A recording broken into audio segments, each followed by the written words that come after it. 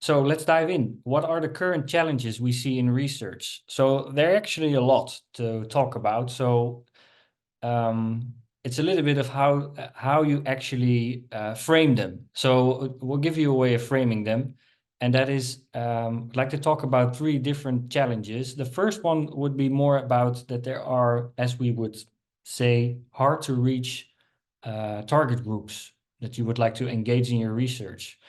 And the reason they can be hard to reach is, for example, that there's a boundary in terms of the language. There's very low trust in the organization that is conducting the research in that specific community, for example.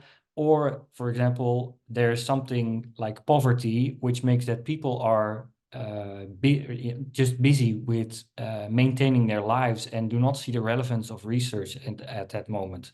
Uh, they're like focusing on the way they can survive and not so much how can I participate in research. So, and there are all kinds of graphs we can show about this, like the literacy rates throughout the world. It's like in Europe, it's pretty good, but other places not always the same. The trust, there are all kinds of facts and figures about that. Trust in government, for example, is actually in a lot of countries on the low side. All the red numbers are in the distrust zone, at least in this study by Edelman. And World Bank also is talking about poverty and stating that around 700 million people actually live on a little bit more than $2 a day. And we also sometimes will have our projects where you probably also sometimes have a project where you want to engage with people, and there's a chance that you'll want to engage with these kinds of communities. So this is a challenge. People can be hard to reach in this sense. And another thing is that it's very easy to for research questions to become biased. Another way of thinking about it is that questions are framed as such that they can lead to socially accepted answers. And yeah, one of the things that we think is very important is that you can really tell your own story, and you can also give really your own unique perspective on a matter, because minority views can sometimes hold incredible wisdom for a bigger group and offer crucial insights for research. And to illustrate this a little bit more, because this is still a bit on the abstract side, I can imagine for some of you, is a couple of examples to show you how this socially acceptedness very easily slips into our daily behavior. Is that this is, for example, done by, this was a study done in a waiting room at the eye doctor, and all the people in this room are actors except for the lady all the way on the right in purple. What they do is the experiment is that they ring a bell, and all the actors, all the other people, like, they stand up. They just stand up. There's no reason why they stand up. They just stand up. So, and they make a recording, and you can see the lady in purple see like, what's going on here? And the interesting thing is that the second time they let this bell ring and all these actors stand up, this lady, of course, doesn't know they are actors, but she also stands up. So she has no idea why you would do that, but because the group does it, you also do it. And there's not really any rationale for this. Later on, we'll send you the slides so you can also see it for yourself, because there's a link also to this particular video. So this is how social acceptance very easily creeps, so to say, can creep into your research. So there's something to take into consideration. Now, you could say that this is something that only happens to people who are not trained in this, who are not aware of this. So it doesn't happen to experts or professionals. So that's where my second example comes from, which is actually a study done with radiologists who actually all get to see this picture of two lungs to check it for abnormalities. So it is actually the case that out of this study, there's also a link provided below here, that 83% of the radiologists do not see the gorilla in the right lung at the top. Now, that's very interesting information, because the 17% does see it, but it's a minority view. So there's also value in letting, because you can, if you just focus a bit on the picture, you can see a gorilla. So there's value also in these minority views. So that's why we think these two things come together, of course. Like if you just go with the group or you don't tell your own unique perspective, it can be a challenge for your research. So the final challenge we would like to state is there's a lot of value in human experience and the way people talk about that. And we think that that can be utilized more. And well, there are a lot of sources that can point to this, but I think the best way to go about this is to show you some of the cases in which we actually let this come to life. So we'll get to that later on in the presentation. So we'd like to give you some, as we call it, like different research perspectives that can also help, like respondents or participants can also interview each other, right? This also really ties in, I think, with what you just said, is like if you're a researcher, you come to a community and you have this label researcher that brings all kinds of expectations and relationships with it. And it's different, of course, when participants interview their own neighbors, for example. So we'll dive into a more practical example of that later. You can use storytelling, of course, also as a way of doing research and really putting the story of people at the center of what you're asking. You can also create stuff together or design stuff together with people. That's also a way you can involve them to show what their perspectives are. Of course, also mentioned earlier is that there are ways in which you can also have create questions that have to create more chance for socially accepted answers. Of course, you can also design the other way around. How do you get questions that avoid this more? I'll also show you some examples of that. And something that we call self-interpretation, which is a bit of an abstract term.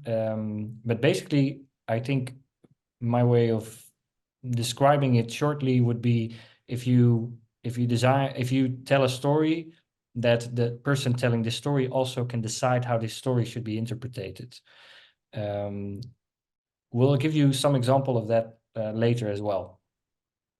So we just talked about the challenges. We would like to show you 3 case studies that apply most of these research perspectives I've just shown you. So because we noticed there are a lot of people from the Netherlands, we also added some Dutch cases, but we also have a project from Kenya. I'll first tell you briefly about the citizen reporters we did in The Hague. This was about 2.5 years ago in actually the southwest of the city. You can see it's kind of like a squarish area with the green parts. This is actually an area called Bouwlust Vrederust. It's a neighborhood that has about 25,000 people, and a vision was to be made for this part of The Hague, and how to involve the citizens there.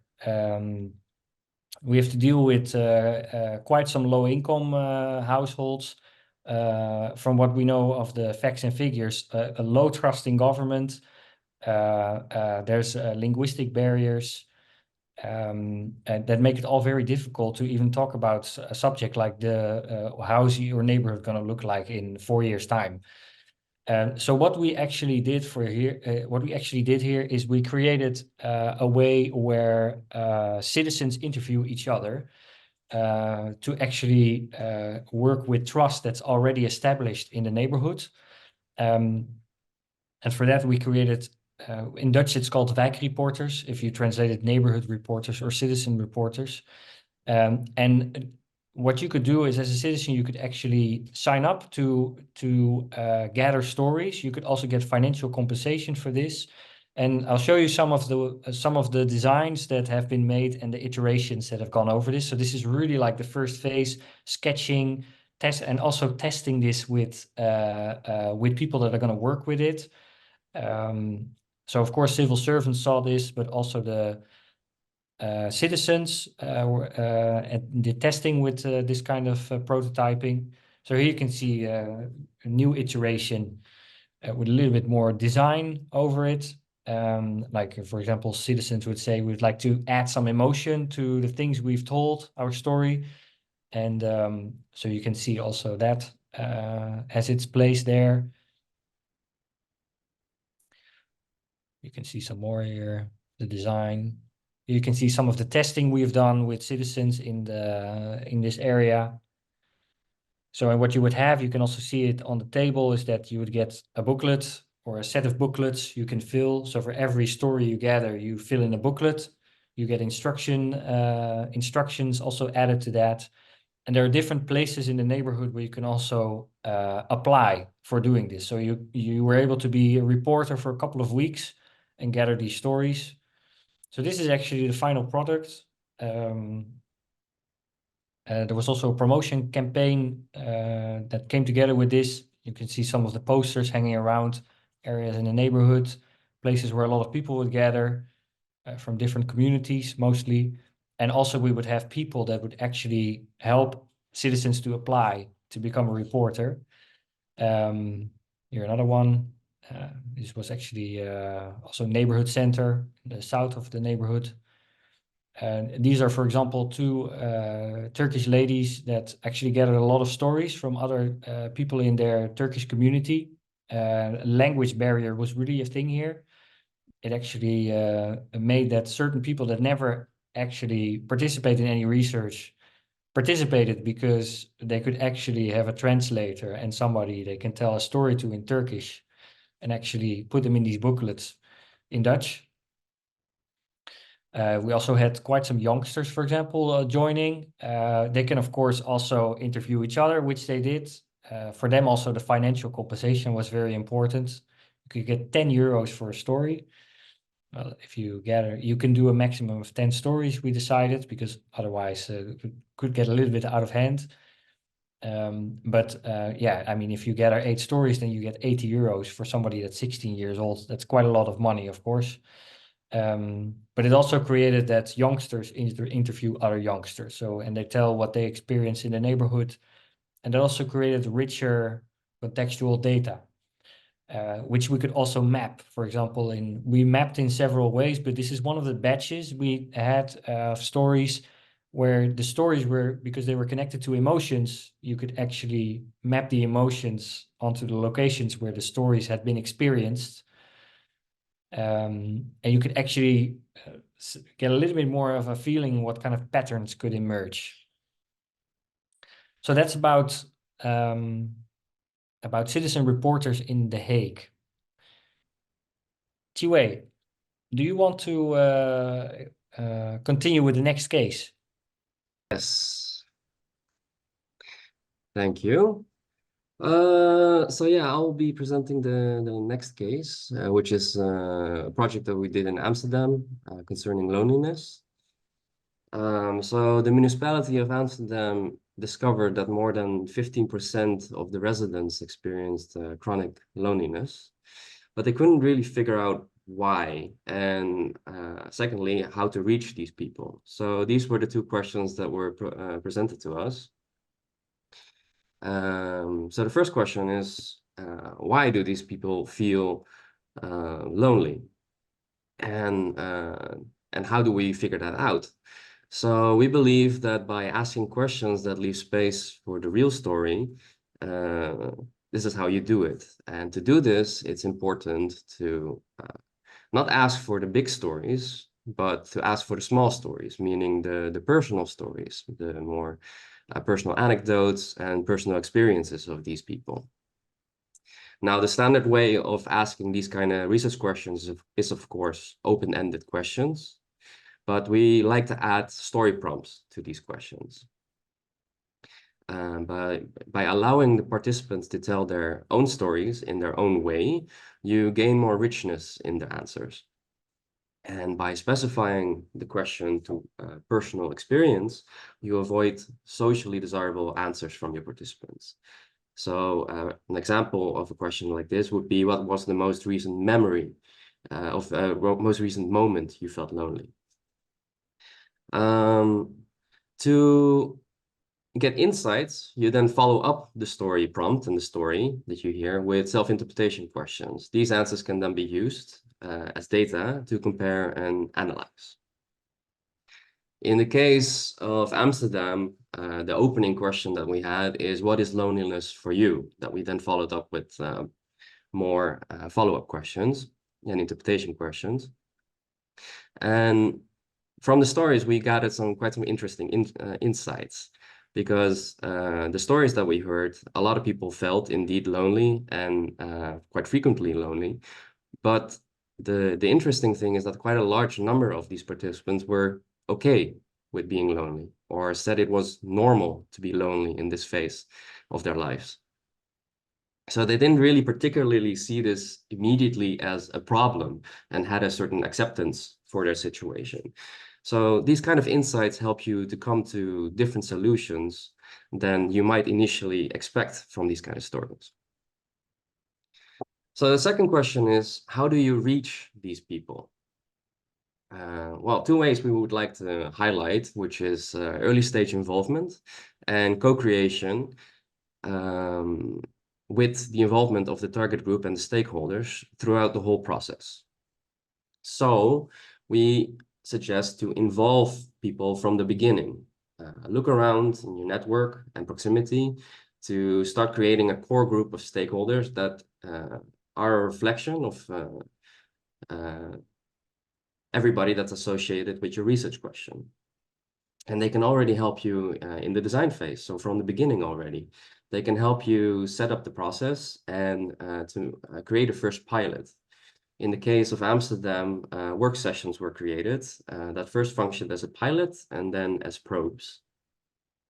This first core group can also help you to invite more people within their networks to ensure that your sessions are more accessible to the people that they are wanting to invite for your research.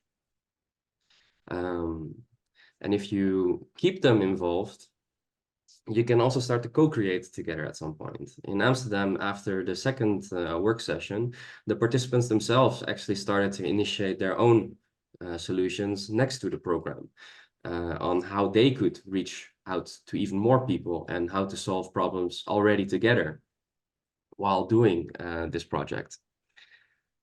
So to achieve this, it is very important to take care of the mood as well. So not to only keep looking at the issues and only the problems, because focusing on negativity usually results in cycling of issues. And everyone usually can find themselves in the problems, keeping the stories and answers quite shallow or generic.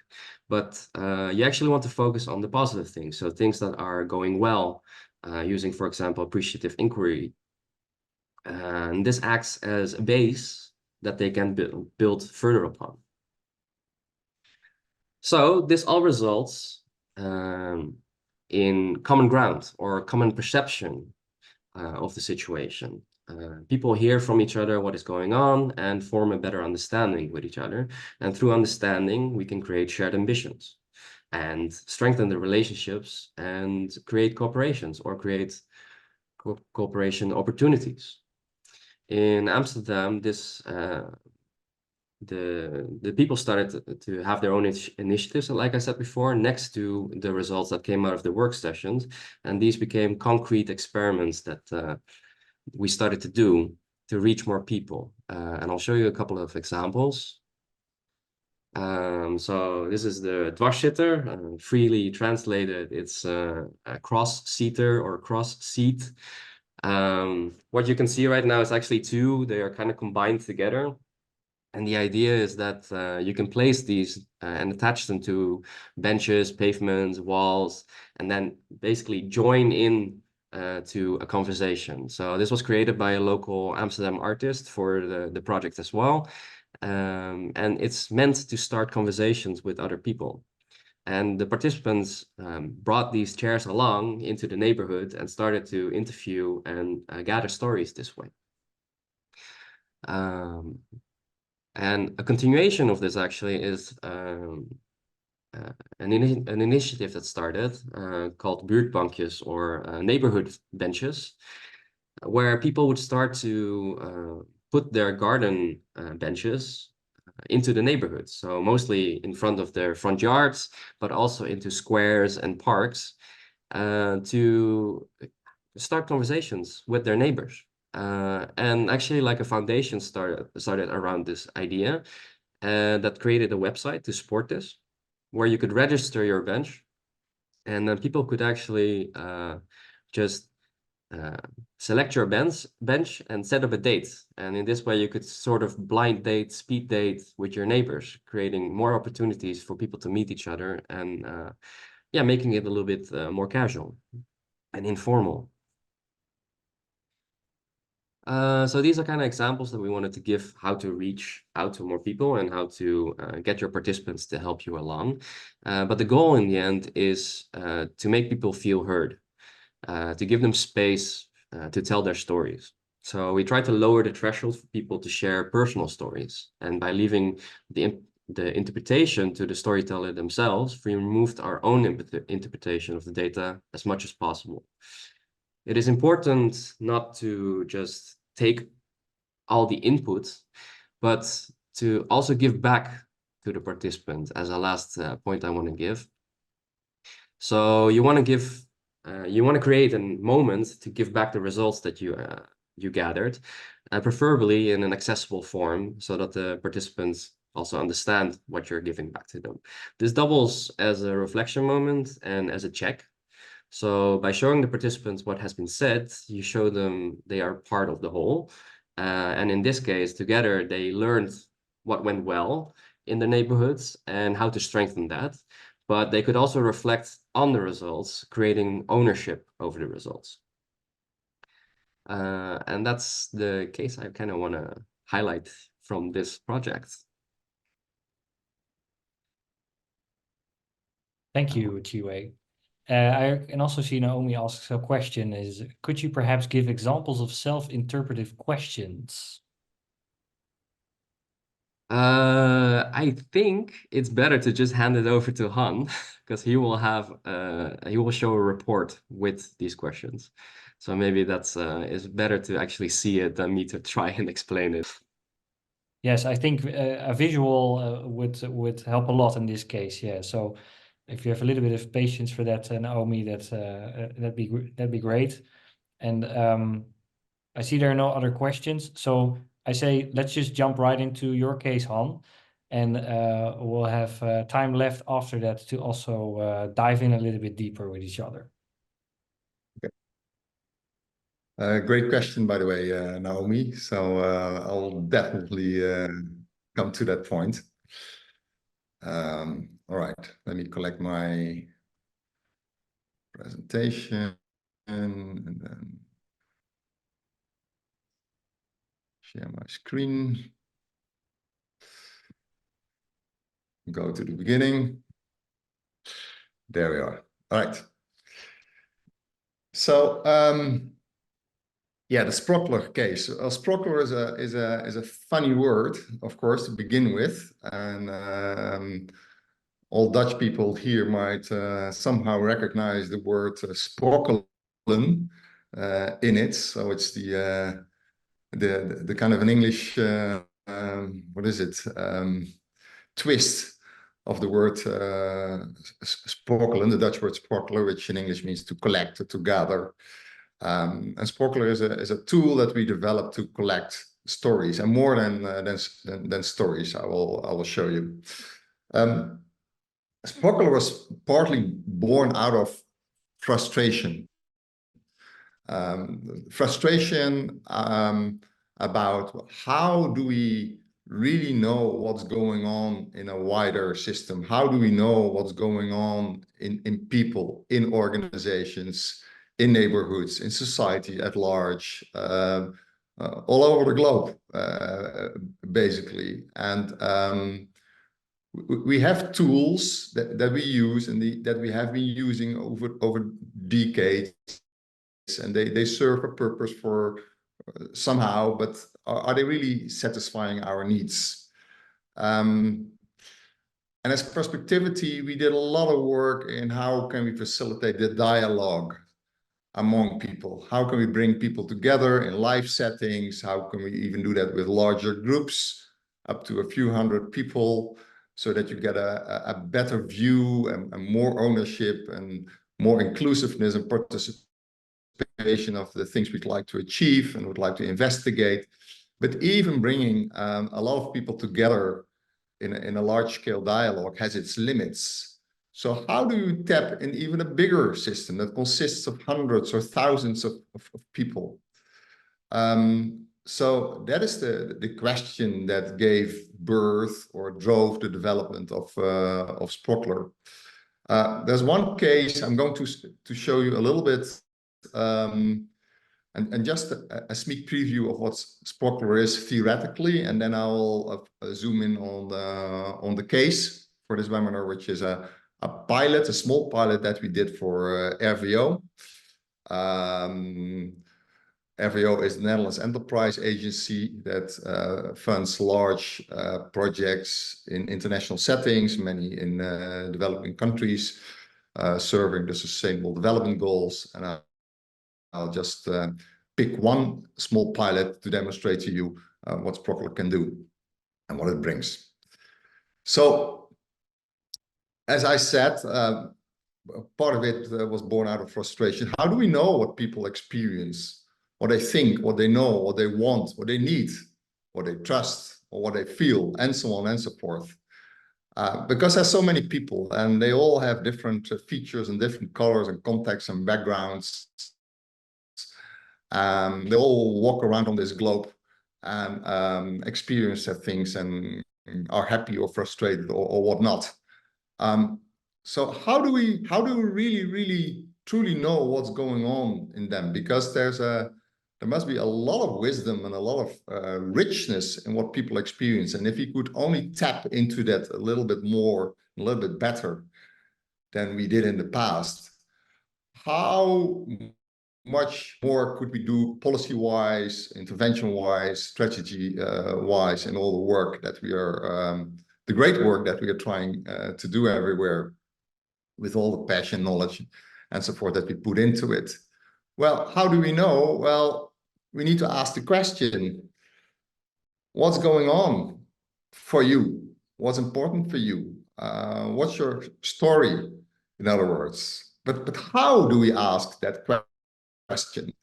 Well, traditionally, we've had two main methods, and the more hybrid methods, but the two big ones are really the quantitative and the qualitative methods. And the quantitative methods, of course, consist of mainly questionnaires. The advantage is that we can reach a lot of people. Really, we can reach out to thousands of people if we have to. And of course, the research bureaus, investigation bureaus, they work with panels. But if we have to, we can reach out to as many people as we would have to, because we always have the statistic that we can apply. It's an easy way to reach out to many people. And the advantage of questionnaires and the quantitative methods that we can apply to them is that we can generate statistics. We have numbers. We can say there are certain trends of developments. We can indicate what the significance is, what is the statistical deviations between certain response groups, and so on. What we don't know, though, is what is it that we are missing here? But because questionnaires, even no matter how hard we try, are somehow a little bit assumptive. We assume that we are asking the right question. And while we are doing our best, we are never completely 100% sure if we really do ask the right question. And in questionnaires, to make life easy for respondents, we provide these boxes that people can tick, like on the right here. That's a quick way of responding to a questionnaire, the multiple choice questions and whatnot. And so questionnaires have a limited depth, because we don't know why people respond the way they do by ticking boxes or by giving a rate or a number to a certain experience. If the quality of our culture and organization has improved, from 7.7 to 7.9, as a manager from Shell recently told me, then we know it has apparently improved, but what's the reason why? And we can guess a bit, we can assume a bit, and we know a little bit from the special comments that people give. But still, do we really know what's going on? Maybe not. Unlimited depth, yeah, I put here referendum is the worst. Maybe it has been my dream to, if ever there's going to be a referendum for Ukraine inclusion or for Brexit again, that we do not just ask people, do we have to be in or out? And that's it. The answer is yes or no, or black, white. There's not even an option to say, I don't know, or maybe, or let alone ask the question, well, why do you say yes? Because the story of why somebody would yes would have given us so much more insight of why the British people would want to go out. Much of it became clear later, of course, thanks to studies, but then it was too late. So the limited depth, the inflexibility, and the response bias that is also often there, like the socially desirable answers that were already mentioned before. But how do we overcome that? Well, so this one, the quantitative methods, great, but they also have their limitations. Then are the qualitative methods, mainly through interviews, in-depth interviews. The advantage here is people feel heard, that they feel that their opinion matters because they're asked questions and are allowed and invited to tell their stories. So there's more depth, there's more context, feelings. Stories can be very persuasive also. But the limitation here is interviewing people. Well, it takes time. It's very time intensive. And then interviewing, say, 15, 20 people, maybe 30, 40, that's already a huge job, is maybe doable, but not hundreds, let alone thousands, if you would want to have all stories heard. And then there's also the interpreter's bias. And this relates to the point of self-interpretation, because no matter how good a researcher you are, if you're going to read through the interview results, and no matter how good you are in coding, will always be you looking through your glasses at the materials you have collected. So there's always some kind of bias there. And how do we remove that? Well, self-interpretation, the word has been dropped, and Naomi wants to know how, and we're going to come to that. There's one more great thing, by the way, about stories and qualitative methods, and that's how, of course, journalists use them. Picking out one example which makes a great story to drive a point home, a very persuasive story, something that is happening somewhere. And that's wonderful, and that touches people's hearts. But what it does not do is being sufficient for policymakers to develop a new policy, or a corporate leader to develop a strategy, because you cannot build a policy based on one anecdotal story, no matter how convincing it is. So what we're trying to do in Sprockler is try to combine the best of both worlds. So the best of the quantitative world, reaching out to lots of people, and the best of the qualitative world, namely working with stories, working with people's experiences. So Sprockler is a tool, it's a methodology, but it's also a software package that allows us to reach out to lots of people to tell their stories so that we can discover quantitative patterns.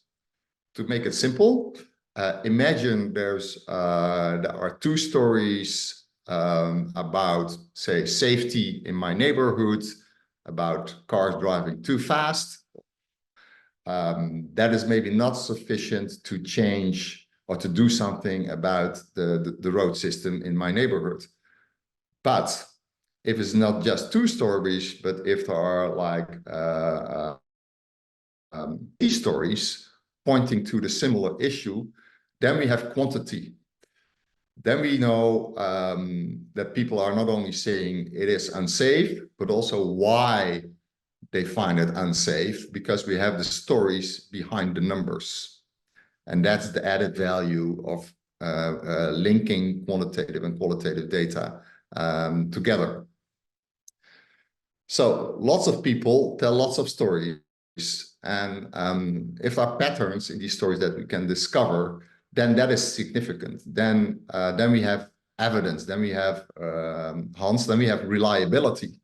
Then we can no longer say, well, these are just people telling some stories, but then we can apply also statistics and whatnot, what many policymakers and scientists nowadays use and need to be convinced of that there is something going on that needs to be addressed. Okay, so how do we do that? And I would like to illustrate that by showing a case. And the case here that I've picked is a small one. It's a fairly simple one, but it's a nice one as well. And the story about the case is this. RVO, the Netherlands Enterprise Agency, has what they call the Water Fund. They spent 200 million euro a year on WASH projects. WASH stands for Water and Sanitation Health. So this is to address Sustainable Development Goal number 6, I believe. Clean and accessible water for all and hygiene. And the issue for the Netherlands Enterprise Agency were twofold. One is, what are really the effects of our projects? So what happens thanks to the investments that we are making?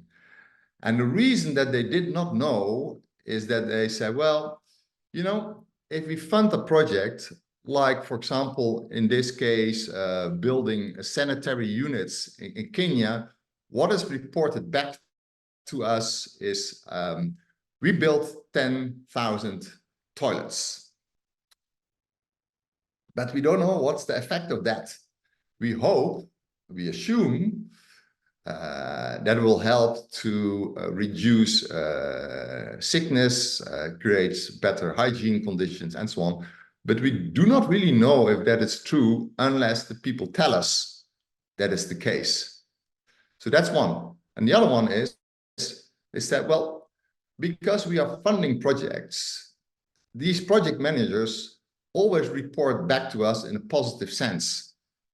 It seems that every project is successful in a way, because people are clever in how they report back to us. And what we do not see sufficiently is the mistakes that happen. We know they are there, and occasionally we hear about them, but there's probably a lot more that we can learn from mistakes than that we currently do.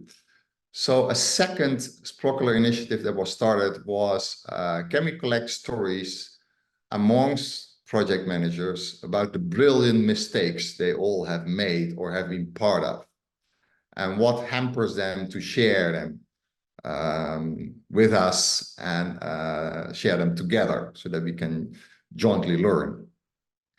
I'm going to zoom in not on the second one, on the mistakes, but on effect of projects. So this is the project in Kenya and Ghana. A small pilot, as I said, this was a test to see what would happen if we do this. And the story question was here, hey, can you tell us a story, a short story, about the most significant change this project evoked for you? So a really open question, and it invited people to reflect, oh yeah, what happened really thanks to this project? And they were explicitly told to also share negative experience. If the project had a significant change, but a negative one for them, that would also be a story. Yeah? So we're not just looking for wonderful stories of success, but for any story that for them was significant to share. Now I'm going to open a new screen. And this is the report, the interactive report in Sprockler.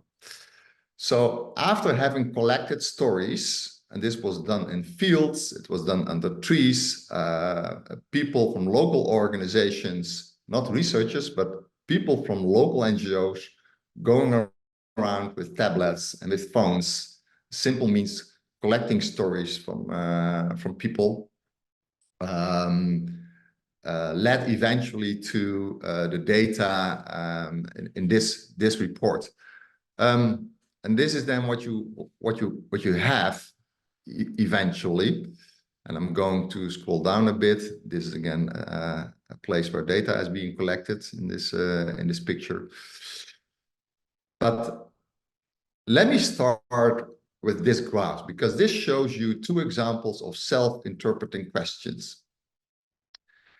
These are two examples where, and I just showed you the story question, what was significant for you. So people start with that. Well, what was significant for me is that, for instance, my family always used to need to relieve themselves in the bush. And now that's no longer the case, because now we have a proper toilet in the house or next to the house, and so on and so forth. Whatever they tell, whatever their story is. Well, as a researcher, you might think, oh, that's a great story. Or you might think, oh, that's a very negative story. But the only person who really knows what the tone of the story was meant to be is the storyteller, him or herself. So therefore, we ask, well, your story, was this, the change in this case that happened in your story, was it very negative or very positive? Tell us. So people reflect on their own story, and then they tell us, well, my story was a rather positive one or a rather negative one.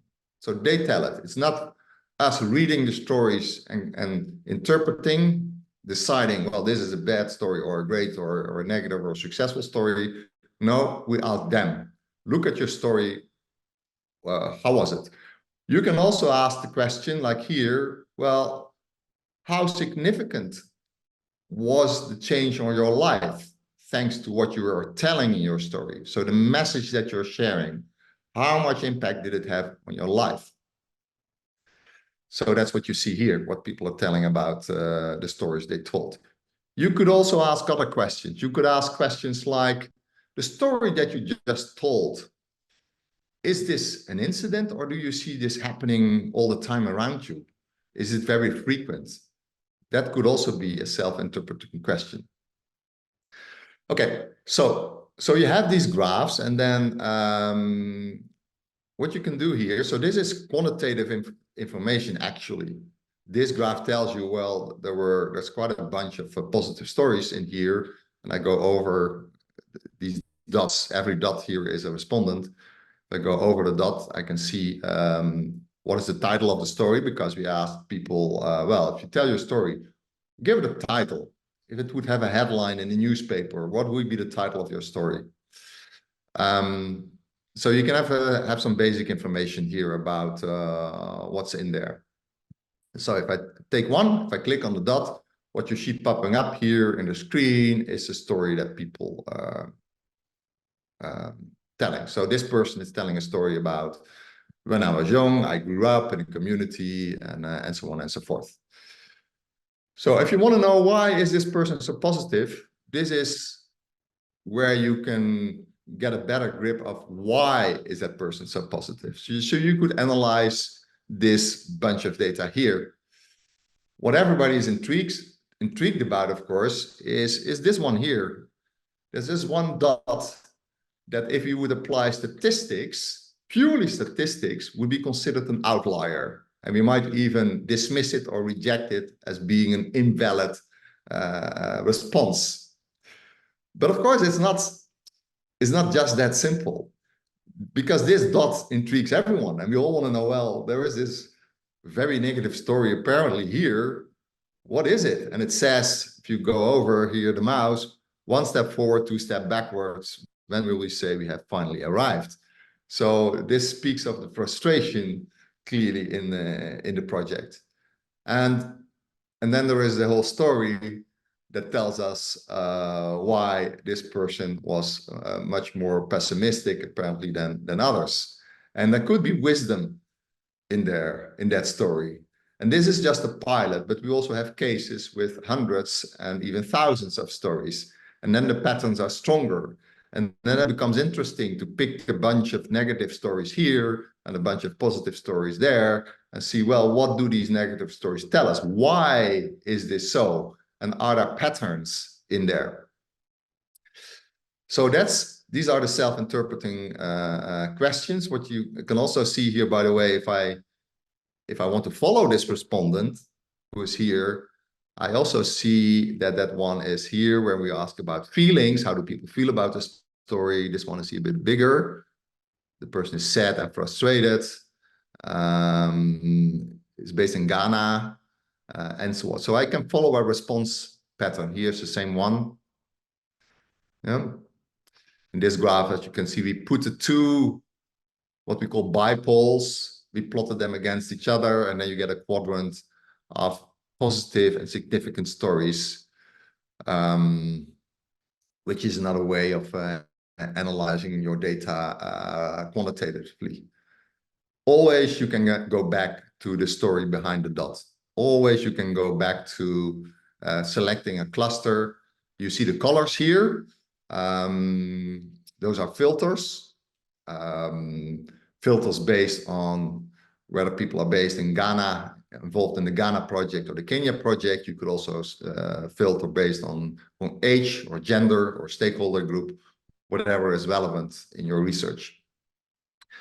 There's another way of avoiding social bias, and that's this, what we call the tripoles. A tripole is something that you would typically in a classic survey see as a multiple choice question. For instance, here, what was the most prominent role that was played, or who played the most prominent role in your story? Either the community, be it the government or a business. Yeah, so that could be a typical multiple choice question. The disadvantage of multiple choice question is that they're black-white. You cannot say, well, they all played a role to some extent. What you can do here, say all these three parties played an equal role, you put the dot in the middle because they were equally important. If you find that it was all about the community and we did it ourselves as the community, you place your dot here. There was no role for government or business. So you can put nuance in your answer. You fill the gray areas because the situation is that reality is never black-white. It's always gray. And in these gray scales, there's a lot of wisdom. So, so the tripole is another way of bringing more wisdom to the data. And there's a second aspect to this, namely community, government, and business are equitable. They are equal entities. There's no good or bad. It's no one is necessarily better than the other. These are neutral terms as such. So you weigh. So there's no socially best answer here. Well, you might believe there is a bit if you want to avoid or please the government, but this is another way of working with people's self-interpretation. Yeah, and then are the themes here again. People identify for themselves what they find important.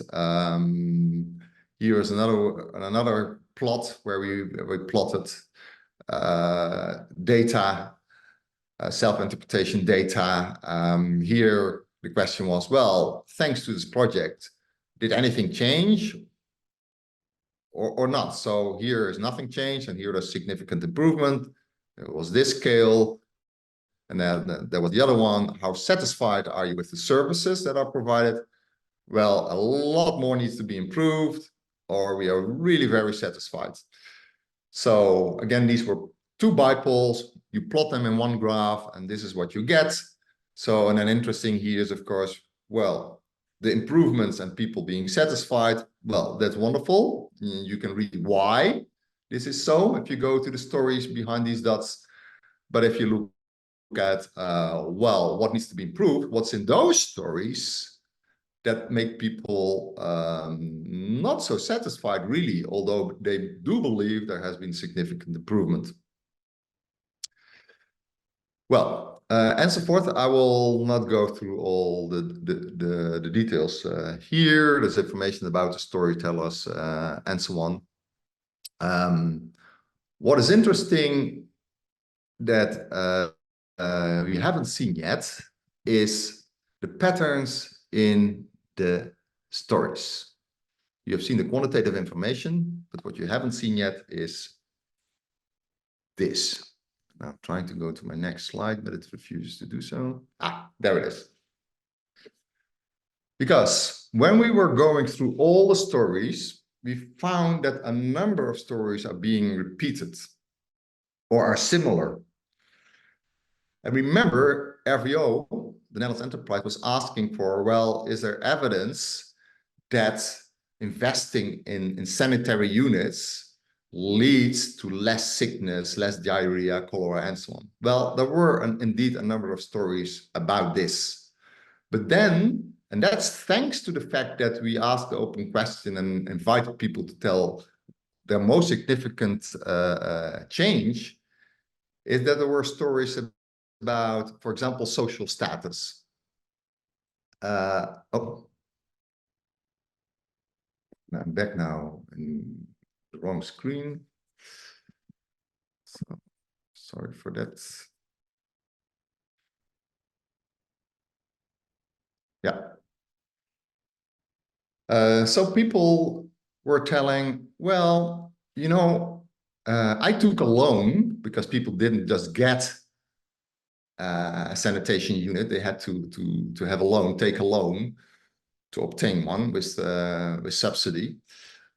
If I had one in my house, the neighbors also wanted one. So it enhanced our social status.